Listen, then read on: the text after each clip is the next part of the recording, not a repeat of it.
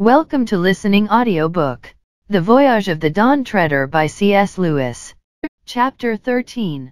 Underland Without the Queen. All felt that they had earned what Scrub called a breather.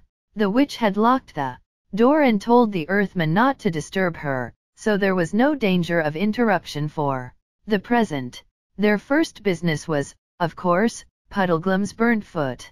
A couple of clean shirts from the prince's bedroom, torn into strips, and well greased on the inside, with butter and salad oil off the supper table, made a fairly good dressing. When this had been applied, they all sat down and had a little refreshment, and discussed plans for escaping from the underworld.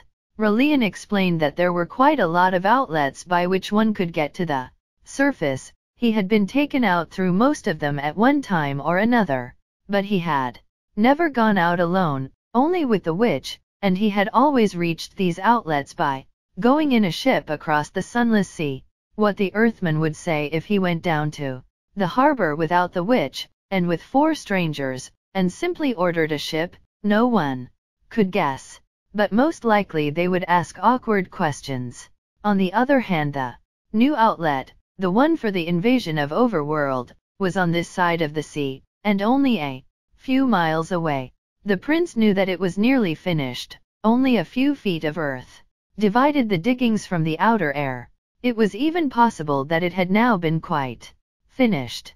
Perhaps the witch had come back to tell him this and to start the attack. Even if it was not, they could probably dig themselves out by that route in a few hours, if they could only get there without being stopped, and if only they found the diggings unguarded. But those were the difficulties. "If you ask me," began Puddleglum, when Scrub interrupted. "I say," he asked, "what's that noise?" "I've been wondering that for some time," said Jill. They had all, in fact, been hearing the noise, but it had begun and increased so gradually that they did not know when they had first noticed it. For a time it had been only a vague disquiet like gentle winds, or traffic very far away. Then it swelled to a murmur like the sea. Then came rumblings and rushings. Now there seemed to be voices as well, and also a steady roaring that was not voices. "By the lion," said Prince Raleigh, "it seems this silent land has found a tongue at last." He rose, walked to the window, and drew aside the curtains. The others crowded round him to look out. The very first thing they noticed was a great red glow. Its reflection made a red patch on the roof of the underworld thousands of feet above them, so that they could see a rocky ceiling which had perhaps been hidden in darkness ever since the world was made. The glow itself came from the far side of the city, so that many buildings, grim and great, stood up blackly against it. But it also cast its light down many streets that ran from it towards the castle, and in those streets something very strange was going on. The closely packed, silent crowds of Earthmen had vanished. Instead, there were figures darting about by ones, or twos, or threes.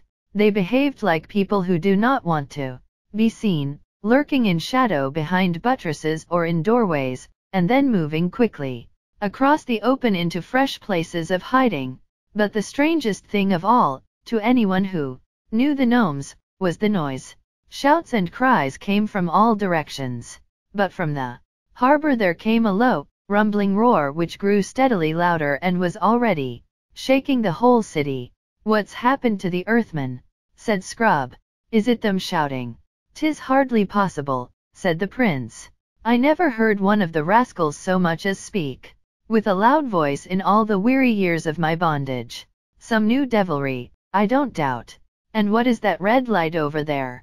asked Jill. "Is something on fire?" "If you ask me," said Puddleglum, "I should say that was the central fires of the earth, breaking out to make a new volcano. We'll be in the middle of it, I shouldn't wonder." "Look at that ship," said Scrub. "Why's it coming on so quickly? No one's rowing it." "Look, look," said the prince. "The ship is already far this side of the harbor. It is in the street.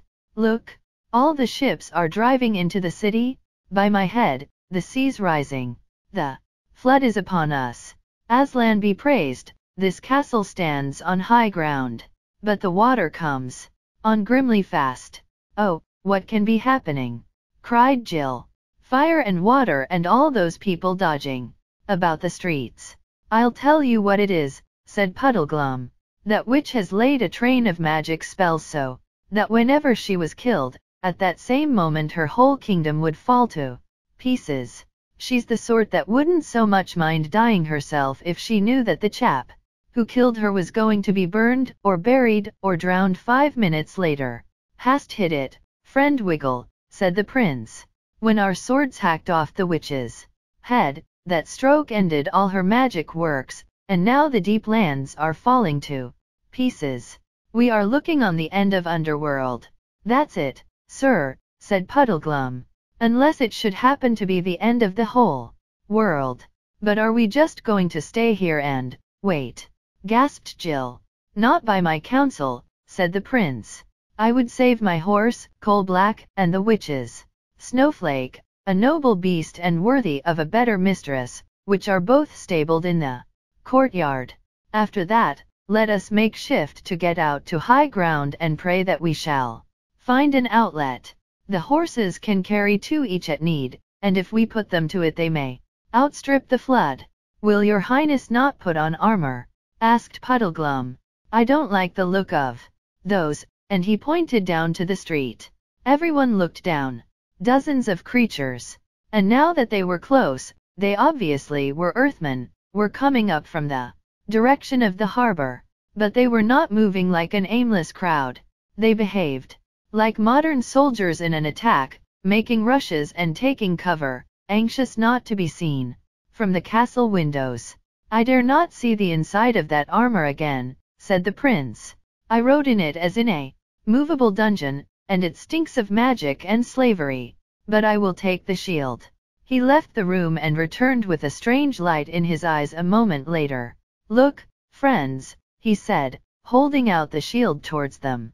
An hour ago it was black, and without device, and now, this. The shield had turned bright as silver, and on it, redder than blood or cherries, was the figure of the lion.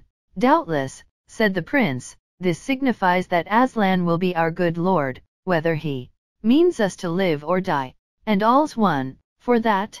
Now, by my counsel, we shall all kneel, and kiss his likeness, and then all shake hands one with another, as true friends that may shortly be parted. And then, let us descend into the city and take the adventure that is sent us. And they all did as the prince had said. But when Scrub shook hands with Jill, he said, So long, Jill. Sorry I've been a funk and so ratty. I hope you get safe home. And Jill said, So long, Eustace. And I'm sorry I've been such a pig. And this was the first time they had ever used Christian names, because one didn't do it at school. The prince unlocked the door and they all went down the stairs, 3 of them with drawn swords, and Jill with drawn knife. The attendants had vanished and the great room at the foot of the prince's stairs was empty.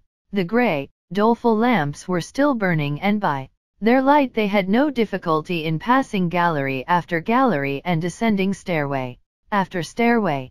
The noises from outside the castle were not so easily heard here as they had been in the room above. Inside the house all was still as death, and deserted. It was as they turned a corner into the great hall on the ground floor that they met their first Earthman, a fat, whitish creature with a very pig-like face who was gobbling up all the remains of food on the tables. It squealed, the squeal also was very like a pig's, and darted under a bench, whisking its long tail out of Puddleglum's reach in the nick of time.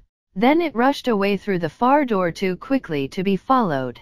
From the hall they came out into the courtyard. Jill, who went to a riding school in the holidays, had just noticed the smell of a stable, a very nice, honest, homely smell it is to meet in a place like Underland, when Eustace said, Great Scott! Look at that! A magnificent rocket had risen from somewhere beyond the castle walls and broken into green stars. Fireworks, said Jill in a puzzled voice. Yes, said Eustace, but you can't imagine those Earth people letting them off for fun. It must be a signal, and means no good to us, I'll be bound, said Puddleglum. Friends, said the prince, when once a man is launched on such an adventure as this, he must bid farewell to hopes and fears, otherwise death or deliverance will both come too late to save his honor and his reason. Ho, my beauties, he was now opening the stable door. Hey cousins, steady, coal-black, softly now, Snowflake. You are not forgotten. The horses were both frightened by the strange lights and the noises. Jill, who had been so cowardly about going through a black hole between one cave and another, went in without fear between the stamping and snorting beasts, and she and the prince had them saddled and bridled in a few minutes. Very fine they looked as they came out into the courtyard, tossing their heads. Jill mounted Snowflake, and Puddleglum got up behind her. Eustace got up behind the prince on coal-black. Then with a great echo of hoofs, they rode out of the main gateway into the street. Not much danger of being burnt. That's the bright side of it, observed Puddleglum, pointing to their right. There, hardly 100 yards away, lapping against the walls of the houses, was water. Courage, said the prince. The road there goes down steeply. That water has climbed only half up the greatest hill in the city. It might come so near in the first half hour and come no nearer in the next two. My fear is more of that dash, and he pointed with his sword to a great tall earth man with boar's tusks, followed by 6 others of assorted shapes and sizes who had just dashed out of a side street and stepped into the shadow of the houses, where no one could see them. The prince led them, aiming always in the direction of the glowing red light but a little to the left of it. His plan was to get round the fire, if it was a fire, onto high ground, in hope that they might find their way to the new diggings. Unlike the other 3, he seemed to be almost enjoying himself. He whistled as he rode, and sang snatches of an old song about Corin Thunderfist of Arkenland. The truth is, he was so glad at being free from his long enchantment that all dangers seemed a game in comparison. But the rest found it an eerie journey. Behind them was the sound of clashing and entangled ships, and the rumble of collapsing buildings. Overhead was the great patch of lurid light on the roof of the underworld. Ahead was the mysterious glow, which did not seem to grow any bigger. From the same direction came a continual hubbub of shouts, screams, catcalls, laughter, squeals, and bellowings, and fireworks of all sorts rose in the dark air. No one could guess what they meant. Nearer to them, the city was partly lit up by the red glow, and partly by the very different light of the dreary gnome lamps. But there were many places where neither of these lights fell, and those places were jet black. And in and out of those places the shapes of earthmen were darting and slipping all the time, always with their eyes fixed on the travelers, always trying to keep out of sight themselves. There were big faces and little faces, huge eyes like fishes' eyes and little eyes like bears'. There were feathers and bristles, horns and tusks, noses like whipcord, and chins so long that they looked like beards. Every now and then a group of them would get too big or come too near. Then the prince would brandish his sword and make a show of charging them, and the creatures, with all manner of hootings, squeakings, and cluckings, would dive away into the darkness. But when they had climbed many steep streets and were far away from the flood, and almost out of the town on the inland side, it began to be more serious. They were now close to the red glow and nearly on a level with it, though they still could not see what it really was. But by its light they could see their enemies more clearly. Hundreds, perhaps a few thousands, of gnomes were all moving towards it. But they were doing so in short rushes, and whenever they stopped, they turned and faced the travelers. If your highness asked me, said Puddleglum, I'd say those fellows were meaning to cut us off in front. That was my thought too, Puddleglum, said the prince. And we can never fight our way through so many. Hark you, let us ride forth close by the edge of yonder house. And even as we reach it, do you slip off into its shadow. The lady and I will go forward a few paces. Some of these devils will follow us, I doubt not, they are thick behind us. Do you, who have long arms, take one alive if you may, as it passes your ambush. We may get a true tale of it or learn what is their quarrel against us. But won't the others all come rushing at us to rescue the one we catch, said Jill in a voice not so steady as she tried to make it. Then, madam, said the prince, you shall see us die fighting around you, and you must commend yourself to the lion. Now, good Puddleglum. The Marshwiggle slipped off into the shadow as quickly as a cat.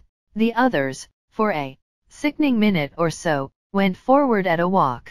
Then suddenly from behind them there broke out a series of blood-curdling screams, mixed with the familiar voice of Puddleglum, saying, now then, don't cry out before you're hurt, or you will be hurt. See, anyone would think it was a pig being killed. That was good hunting, exclaimed the prince, immediately turning coal-black and coming back to the corner of the house. Eustace, he said, of your courtesy, take Coal-Black's head. Then he dismounted, and all three gazed in silence while Puddleglum pulled his catch out into the light. It was a most miserable little gnome, only about 3 feet long. It had a sort of ridge, like a cock's comb, only hard, on the top of its head, little pink eyes, and a mouth and chin so large and round that its face looked like that of a pygmy hippopotamus. If they had not been in such a tight place, they would have burst into laughter at the sight of it. Now, Earthman, said the prince, standing over it and holding his sword point very near the prisoner's neck, speak up, like an honest gnome, and you shall go free. Play the knave with us, and you are but a dead Earthman. Good Puddleglum, how can it speak while you hold its mouth tight shut? No, and it can't bite either, said Puddleglum. If I had the silly soft hands that you humans have, saving your highness's reverence, I'd have been all over blood by now. Yet even a Marshwiggle gets tired of being chewed. Sirrah, said the prince to the gnome, one bite and you die. Let its mouth open. Puddleglum. Oh-oh-ee, squealed the Earthman, let me go, let me go. It isn't me. I didn't do it. Didn't do what? Asked Puddleglum. Whatever your honors say I did do, answered the creature. Tell me your name, said the prince, and what you Earthmen are all about today. Oh please, your honors, please, kind gentlemen, whimpered the gnome. Promise you will not tell the Queen's Grace anything I say. The Queen's Grace, as you call her, said the prince sternly, is dead. I killed her. Myself. What? Cried the gnome, opening its ridiculous mouth wider and wider in astonishment. Dead? The witch dead? And by your honor's hand. It gave a huge sigh of relief and added, why then your honor is a friend. The prince withdrew his sword an inch or so. Puddleglum let the creature sit up. It looked round on the four travelers with its twinkling, red eyes, chuckled once or twice, and began. Chapter 14. The Bottom of the World. My name is Golg, said the gnome, and I'll tell your honors all I know. About an hour ago we were all going about our work, her work, I should say, sad and silent, same as we've done any other day for years and years. Then there came a great crash and bang. As soon as they heard it, everyone says to himself, I haven't had a song or a dance or let off a squib for a long time, why's that? And everyone thinks to himself, why, I must have been enchanted. And then everyone says to himself, I'm blessed if I know why I'm carrying this load, and I'm not going to carry it any farther, that's that. And down we all throw our sacks and bundles and tools. Then everyone turns and sees the great red glow over yonder. And everyone says to himself, what's that? And everyone answers himself and says, there's a crack or chasm split open and a nice warm glow coming up through it. From the really deep land, 1,000 fathom under us. Great Scott, exclaimed Eustace, are there other lands still lower down? Oh yes, your honor, said Golg. Lovely places, what we call the land of Bism. This country where we are now, the witch's country, is what we call the shallow lands. It's a good deal too near the surface to suit us.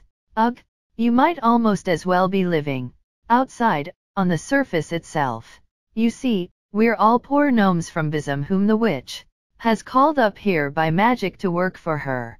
But we'd forgotten all about it till that crash came and the spell broke. We didn't know who we were or where we belonged. We couldn't do anything, or think anything, except what she put into our heads. And it was glum and gloomy things she put there all those years. I've nearly forgotten how to make a joke or dance a jig, but the moment the bang came and the chasm opened and the sea began rising, it all came back. And of course we all set off as quick as we could to get down the crack and home to our own place. And you can see them over there all letting off rockets and standing on their heads for joy. And I'll be very obliged to your honors if you will soon let me go and join in. I think this is simply splendid, said Jill. I'm so glad we freed the gnomes as well as ourselves when we cut off the witch's head. And I'm so glad they aren't really horrid and gloomy any more than the prince really was, well, what he seemed like. That's all very well, Pole, said Puddleglum cautiously. But those gnomes didn't look to me like chaps who were just running away. It looked more like military formations, if you ask me. Do you look me in the face, Mr. Galg, and tell me you weren't preparing for battle? Of course we were, your honor, said Galg. You see, we didn't know the witch was dead. We thought she'd be watching from the castle. We were trying to slip away without being seen. And then when you three came out with swords and horses, of course, everyone says to himself, here it comes, not knowing that his honor wasn't on the witch's side. And we were determined to fight like anything rather than give up the hope of going back to Bism. I'll be sworn 'tis an honest gnome, said the prince. Let go of it, friend Puddleglum. As for me, good Galg, I have been enchanted like you and your fellows, and have but newly remembered myself. And now, one question more. Do you know the way to those new diggings, by which the sorceress meant to lead out an army against Overland? Eeeeee, squeaked Galg. Yes, I know that terrible road. I will show you where it begins. But it is no manner of use your honor asking me to go with you on it. I'll die, rather. Why? Asked Eustace anxiously. What's so dreadful about it? Too near the top, the outside, said Galg, shuddering. That was the worst thing the witch did to us. We were going to be let out into the open, onto the outside of the world. They say there's no roof at all there, only a horrible great emptiness called the sky. And the diggings have gone so far that a few strokes of the pick would bring you out to it. I wouldn't dare go near them. Hurrah! Now you're talking, cried Eustace, and Jill said, but it's not horrid at all up there. We like it. We live there. I know you overlanders live there, said Galg, but I thought it was because you couldn't find your way down inside. You can't really like it, crawling about like flies on the top of the world.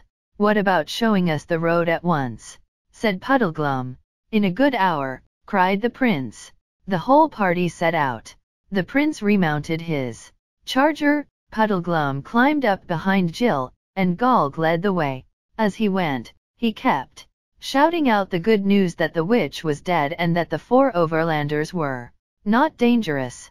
And those who heard him shouted it on to others, so that in a few minutes, the whole of Underland was ringing with shouts and cheers, and gnomes by hundreds and thousands, leaping, turning cartwheels, standing on their heads, playing leapfrog, and letting off huge crackers, came pressing round Coal-Black and Snowflake. And the prince had to tell the story of his own enchantment and deliverance at least 10 times.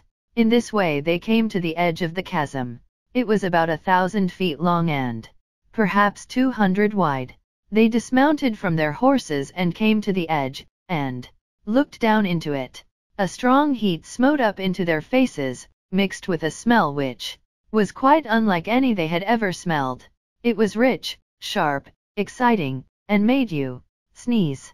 The depth of the chasm was so bright that at first it dazzled their eyes and they could see nothing. When they got used to it they thought they could make out a river of fire, and, on the banks of that river, what seemed to be fields and groves of an unbearable, hot brilliance, though they were dim compared with the river. There were blues, reds, greens, and whites all jumbled together, a very good stained glass window, with the tropical sun staring straight through it at midday might have something the same effect. Down the rugged sides of the chasm, looking black like flies against all that fiery light, hundreds of earthmen were climbing. "Your honors," said Galg, and when they turned to look at him they could see nothing but blackness for a few minutes, their eyes were so dazzled. "Your honors, why don't you come down to Bizum? You'd be happier there than in that cold, unprotected, naked country out on top. Or at least come down for a short visit." Jill took it for granted that none of the others would listen to such an idea for a moment.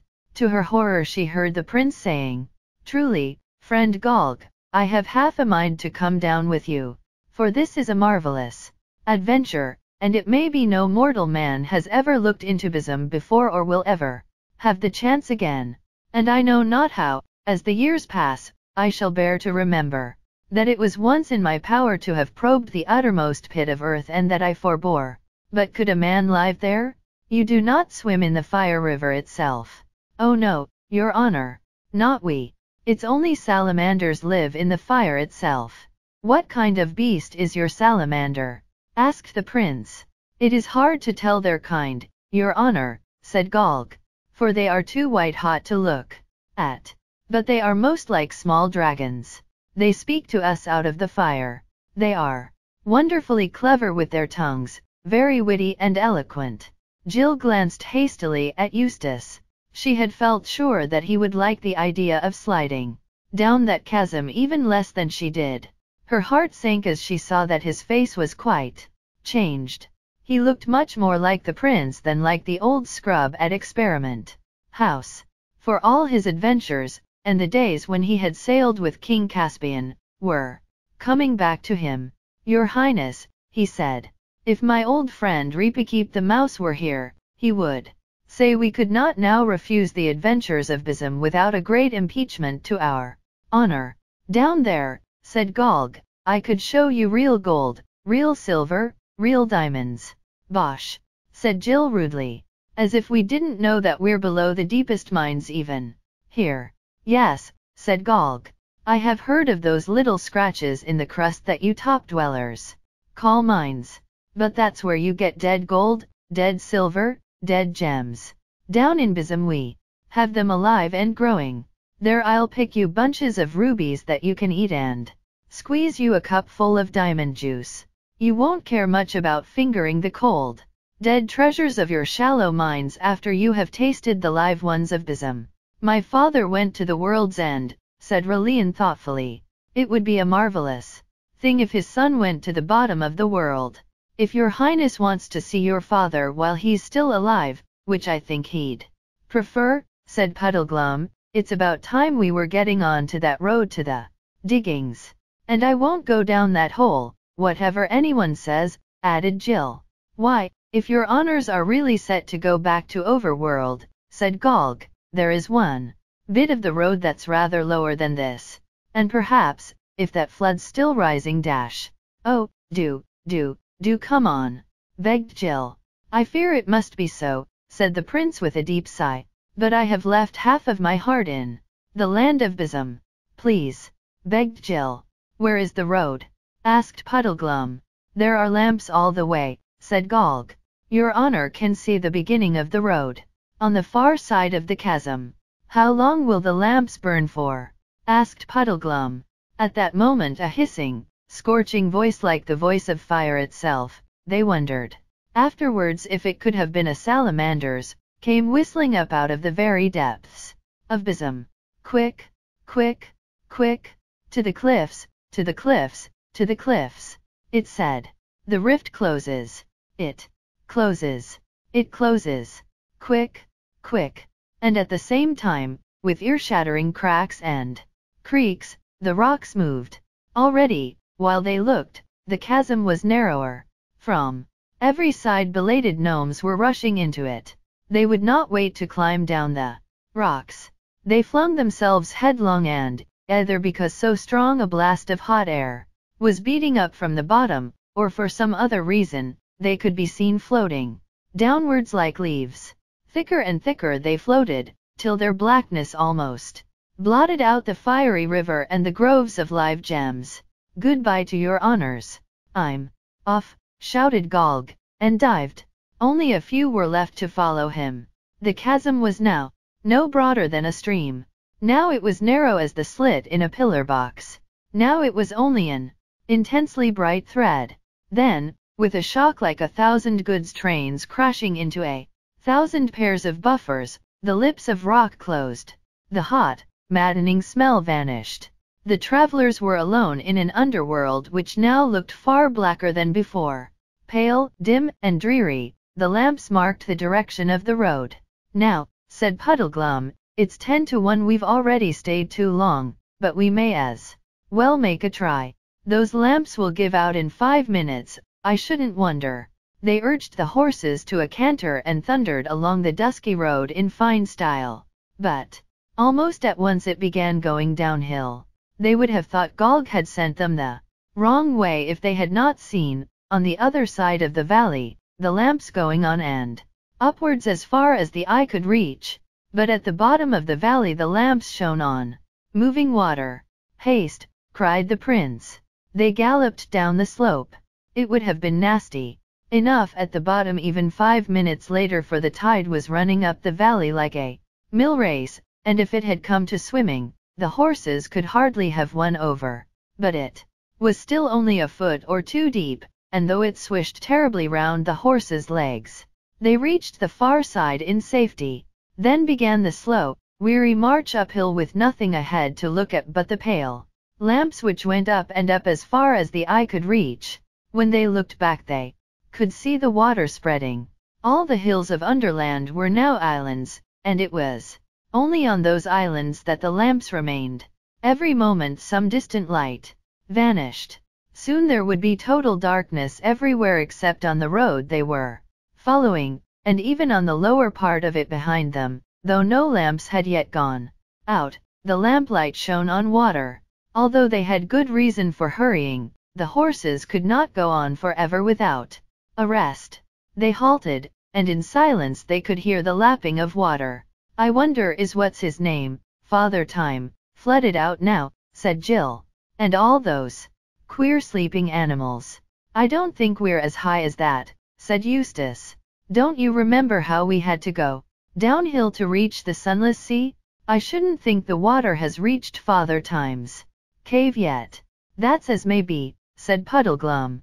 "I'm more interested in the lamps on this road. Look a bit sickly, don't they?" "They always did," said Jill. "Aye," said Puddleglum. "But they're greener now." "You don't mean to say you think they're going out?" cried Eustace. "Well, however they work, you can't expect them to last forever, you know," replied the Marshwiggle. "But don't let your spirits down, Scrub.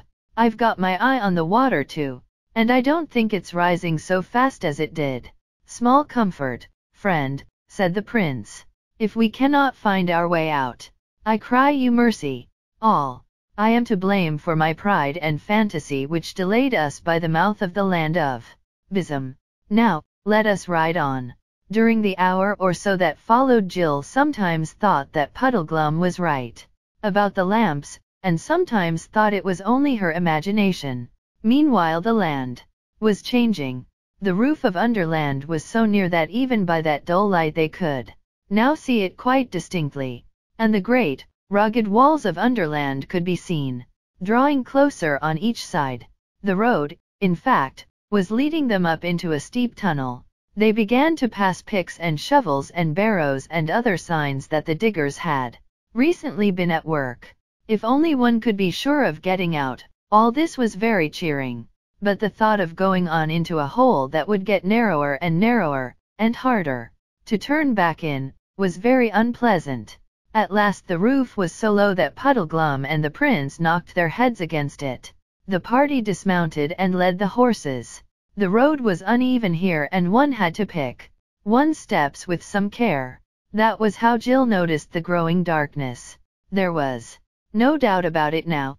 The faces of the others looked strange and ghastly in the green glow. Then all at once, she couldn't help it, Jill gave a little scream. One light, the next one ahead, went out altogether. The one behind them did the same. Then they were in absolute darkness. Courage, friends, came Prince Rolian's voice. Whether we live or die, Aslan will be our good lord. That's right, sir, said Puddleglum's voice. And you must always remember there's one good thing about being trapped down here, it'll save funeral expenses. Jill held her tongue. If you don't want other people to know how frightened you are, this is always a wise thing to do, it's your voice that gives you away. We might as well go on as stand here, said Eustace, and when she heard the tremble in his voice, Jill knew how wise she'd been not to trust her own. Puddleglum and Eustace went first with their arms stretched out in front of them, for fear of blundering into anything. Jill and the prince followed, leading the horses. I say, came Eustace's voice much later, are my eyes going queer or is there a patch of light up there? Before anyone could answer him, Puddleglum called out, stop. I'm up against a dead end. And it's earth, not rock. What were you saying, Scrub? By the lion, said the prince, Eustace is right. There is a sort of dash. But it's not daylight, said Jill. It's only a cold blue sort of light. Better than nothing, though, said Eustace. Can we get up to it? It's not right overhead, said Puddleglum. It's above us, but it's in this wall that I've run into. How would it be, Pole, if you got on my shoulders and saw whether you could get up to it?